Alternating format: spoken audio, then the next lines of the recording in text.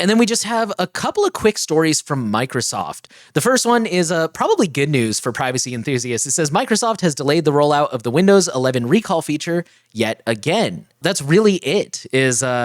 Apparently, there's more security concerns, and Microsoft is trying to address those even more. They haven't really said a lot.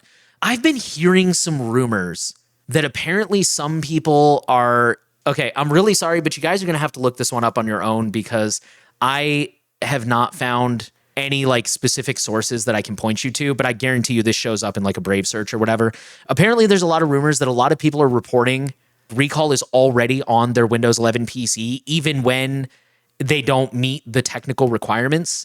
I don't know how true that is. I did a search for my computer, and apparently it thinks I'm still on like Windows 10 or something, which is weird because Windows 10 has never been on this computer. I don't know. But yeah, I was unable to confirm it on my end. If you're on Windows 11 and you're concerned about this, you could try looking up some resources and your mileage may vary. My Windows 7 computer got recall. What about your Windows 2003 server, according to my fucking Umami analytics? And then our last story real quick. For those of you who don't like Windows 11, but also don't want to switch to another OS for some reason, Windows 10 is dying. Microsoft is going to stop supporting it, and they're going to let you pay $30 to get one more year of security updates. This is a one-time thing. It's not like $30 per year. Enterprise customers can pay, I think, like $140 and get like 3 years. It's also kind of weird that they're doing this in general because they're trying to get everybody to switch to Windows 11, and I think the hardware requirements are one of the reasons rollout's been so slow. I don't really have a lot of thoughts on that one. It's just weird.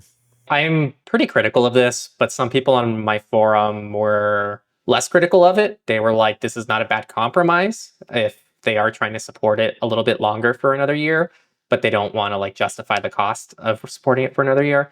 I get that too, but I feel like it's Microsoft. I think Microsoft just failed to understand that computers are not phones. Like, people will go out and buy the new iPhone every year or 2 years. They're not going to go out and buy a new computer. They're going to wait until that motherfucker literally stops booting and then go buy one.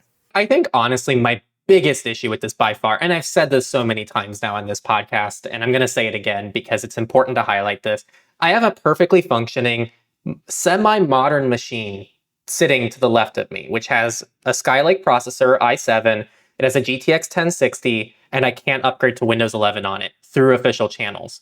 So am I supposed to pay $30 now to get security updates for another year? Because Microsoft consciously chose not to support powerful enough hardware for Windows 11. I just don't think that's right. I don't think it's the consumer's side of things, and I won't be giving them $30 because I'm too petty for that. Because it's not my responsibility to like enable this kind of behavior from Microsoft. So I think that's crazy, and I really do think that that's my biggest issue here. So if you are somebody that's still on more than powerful hardware that can fully support Windows 11, but Microsoft just doesn't include your CPU on the list of supported CPUs for no good reason, you now have to pay Microsoft $30. Thanks for watching this clip. It's actually taken from the Surveillance Report podcast, which is our full-length podcast where we talk about privacy and security news every single week. We post it on YouTube as a video. We also post it on PeerTube for those of you who don't like YouTube. And we also post it as an audio version that you can find on every major podcasting app, as well as just RSS. Check us out either here on the screen somewhere or at surveillancereport.tech, and stay up to date out there so you can keep yourself and the people around you safe.